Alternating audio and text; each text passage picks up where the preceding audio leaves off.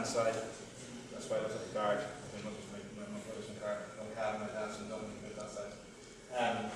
But when she died 10 years ago, all the stories came out about her uncle who had been in Gallipoli, and he died on the 30th of April, 1915, and he's there for eternity. James Sheridan dying in Gallipoli, and the 4,000 Irishmen who died in Gallipoli.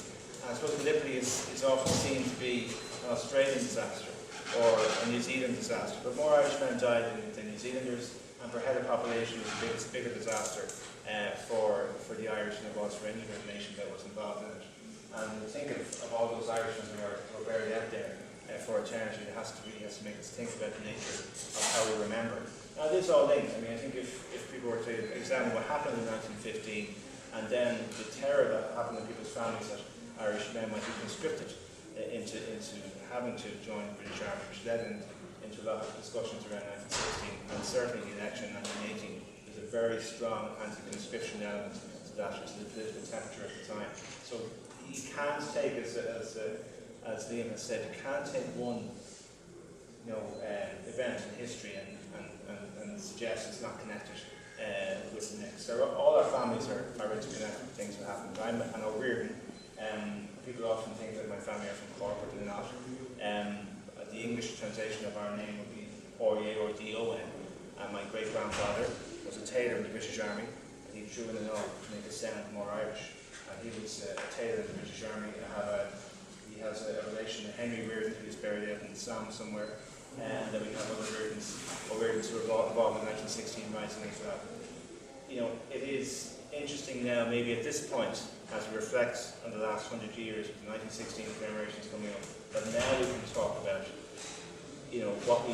what our families did, the heritage we all have, and the mistakes that were made, the futility of war. I don't know what James Sheridan died for. I don't know why a 40-year-old from Longford ended up in Gallipoli. I don't know why he's going to be there for eternity. But maybe after this juncture, after the 100 years since the event, maybe only now in a position to talk about the nature of war, the futility of it, and what it does to families, what it did to so many Irish men who lost their lives, and the motivations that happened after that period. If we don't learn from what happened 100 years ago, well then we're destined to repeat it. I think if one of the big things I want to achieve in the next year, if you like, with the commemorations, that doesn't become a discussion just for the political class or the historians or whoever. It has to be a new generation of young people who want to learn about what happened 100 years ago, who will understand the motivations behind those who fought, that sometimes people make decisions that they didn't necessarily want to make, and what it means to go into conflict. And then maybe they will be fueled then with those different I suppose, motivations to be able to build a republic for the next 100 years, which is really what history is all about. We do history so we learn, so that we can build something better, and so that maybe in the future we'll never ask a 40-year-old or somebody younger than that to go off and fight somewhere thousands of miles from home for a cause that nobody really can understand what the cause was, and understand an eternity lying in a beach in Turkey, an awful long way from Cortrasna in Granada, in County Longford, where my grandmother was from. So just to congratulate the City Library for doing what you're doing every day of the week, for having this exhibition, and for everybody here for being part of it. And hopefully it will be something that people can learn something from, and that we can build a better republic for the years to come. Thanks very much for that.